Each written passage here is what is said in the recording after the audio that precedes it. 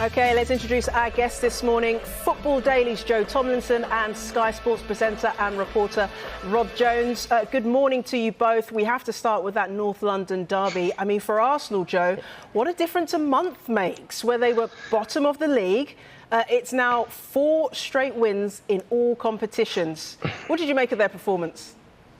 Yeah, I think it was probably the best I've seen under Mikel Arteta, to be honest with you. Not a huge surprise to me, though, it has to be said, given that they've actually finally got the 11 Arteta wants out on the field. I think at the start of the season, when you look back at those sides and the number of injuries, the problems they hadn't got all the players in that they wanted in the transfer window. Now we're starting to see an 11 that is a really nice mixture, really, of youth and experience, a real game plan from Mikel Arteta developing. So I'm not overly surprised, but I am quite surprised at just how bad Tottenham Hotspur were. Right, Rob, let's stay with Arsenal for a minute. Do you agree with what Joe's saying there? I mean, they started the season with 3 defeats in the league and how things can change so quickly. We saw the likes of Gael Clichy saying before the game yesterday that, look, Mikel Arteta can be the next Arsene Wenger. It's funny how fans, beginning of the season, it was Arteta out, but they seem to be a little bit more behind Mikel Arteta now. Yeah, I mean, the one thing you would say, Emma, is they set the bar incredibly low with that performance against Brentford on the opening night, didn't they? There was really only one way to go for Arsenal after that, and losing to Manchester City and Chelsea so comfortably. So, yeah, I guess the only way was... I'm not probably as convinced by Joe that he is the next Arsene Wenger. I know that he's worked with Pep Guardiola, but there are signs of life from Arsenal. There was some intensity yesterday. There was some purpose. There was some tempo to their performance, which was everything that was missing in what Tottenham produced. And I think probably leading up to the game, we were always talking about how it was such a big day for both managers. And almost we've learnt more about how many problems Tottenham have at the moment than perhaps how good Arsenal were. I think it was more of a reflection yesterday on Spurs than it was on Arsenal. But there are green shoots of life. I know we're going to go on to talk about the young players in their squad, but only 3 starters yesterday over the age of 24. So that gives you a little bit of somewhere to go in terms of when there are bumps in the road. Mikel Arteta can quite rightly say, yeah, we've still got a lot of young players in this squad. We're still moving. We're still growing. They are edging towards where they want to be, or get back where they want to be. But Arsene Wenger is a hard act to follow. I think we forget just how much he achieved at Arsenal, just how much he made top 4 football and winning FA Cups particularly a staple diet at the Emirates. He is a hard act to follow, and Mikel Arteta still, even though he's delivered 1 FA Cup, has got a long way to go. Yeah, a long way to go. Joe, just to follow up with you on that one, can he become sort of, I don't want to say the next Arsene Wenger, but that kind of figure at the club? I mean, hyperbole is so rife in football, isn't it? Like you said, it's only 3 weeks ago we were talking, and most Arsenal fans were talking about potentially replacing Mikel Arteta. Now we're talking about him being the next Arsene Wenger. I think I didn't say that, by the way. I think it came from Gael Clichy, didn't it, to be fair? So I think Gael needs to relax a little bit. But to be honest with you, in modern football, I'm not sure we're ever going to see the likes of an Arsene Wenger or Sir Alex Ferguson. Again, I think short-termism is probably the future of modern-day football, given the financial structure of it and the need for immediate impact. So I don't think he'll go on to become the next Arsene Wenger, but I think Arsenal fans will be pretty happy if he becomes the best Mikel Arteta, to be honest with you. And Rob, Arsenal's midfield were key to this win. Smith Rowe, Bukayo Saka, Martin Odegaard, 21 years old, 20 years old, 22 years old, respectively. So, you know, you mentioned their young guns. The future really does bode well for Arsenal.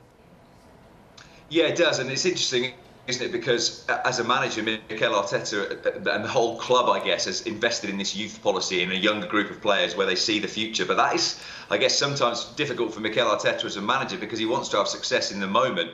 And he doesn't want to be a manager who looks after these young players, but they don't get the results. Then they change the manager, and it's another head coach in the future who gets to benefit from these talented young players. But as you said right in the intro, Jess, it's not just the young guns yesterday, it's the old guns as well who've produced. And Arsenal need that through the course of last season, that these young players are actually doing a pretty good job last year, but they couldn't get Thomas Partey fit and out on the pitch enough. He makes a big difference in central midfield.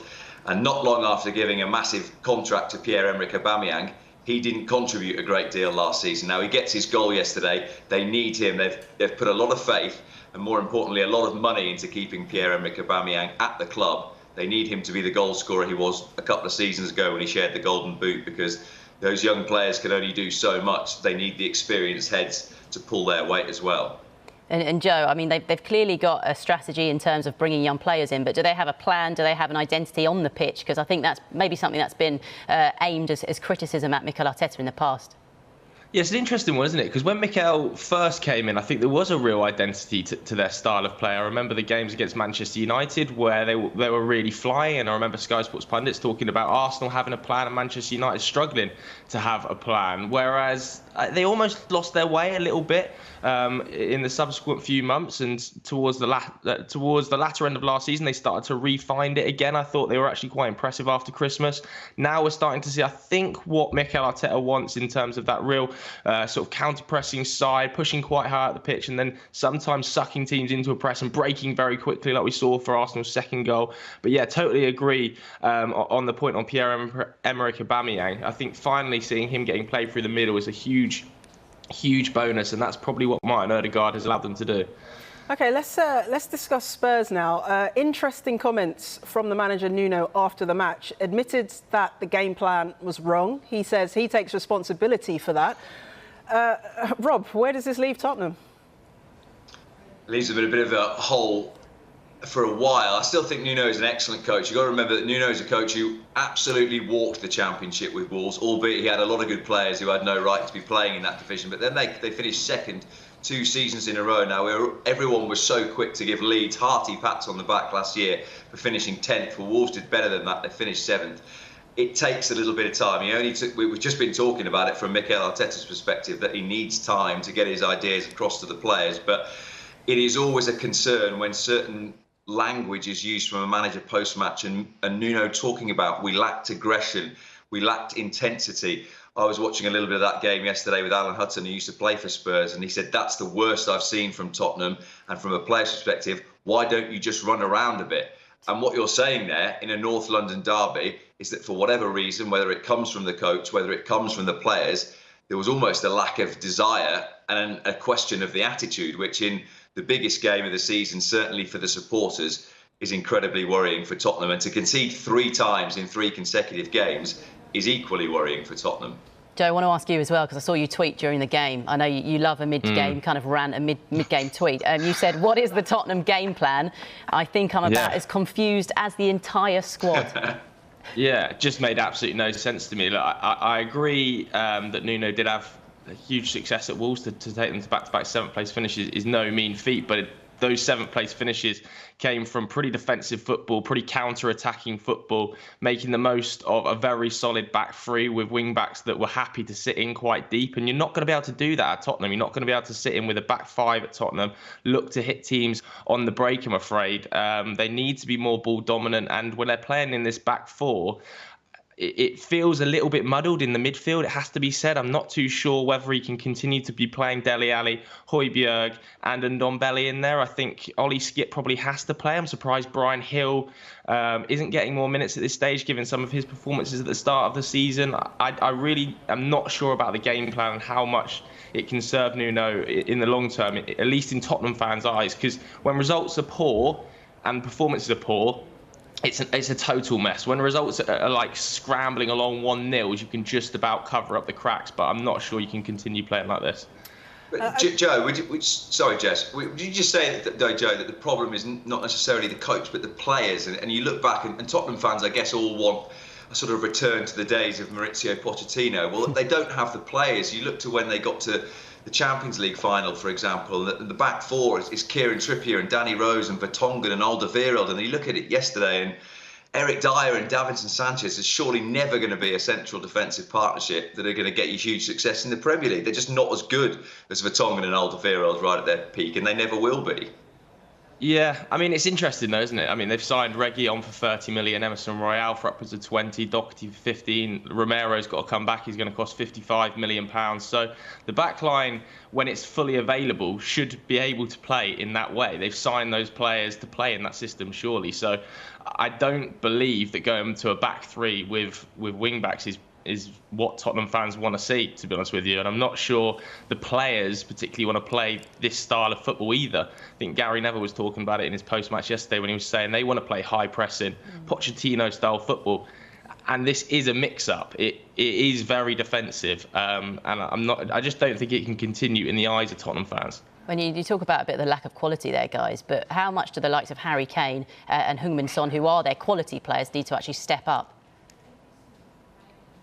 Well, I think probably part of the problems is that, as Joe just touched on, if the style of football is pretty defensive, is pretty counter-attacking, then what you saw from some of the graphics that we put up during the game yesterday is they're not touching the ball. So there's only so much that Harry Kane and Son Heung-min can do if they don't see the ball much. And I think that was probably what you saw from Harry Kane's performance in the game against Chelsea last week, is that he keeps dropping deeper and deeper and deeper because he wants to try and affect the game. I don't think this is a question of desire from Harry Kane's perspective. I know that there's a lot of talk about his body language and where he wanted to end up at the end of the summer, but I think the reason he keeps dropping deeper is to try and get himself some effect on the game. I watched Spurs' game in the Cup against Wolves, and I know both teams made a lot of changes last midweek, but they were excellent. They created some great chances for 35 minutes. So it's not as if this style and this pragmatism is a permanent mindset, I think, for Nuno. I think maybe yesterday he just went fractionally overcautious given the magnitude of the game.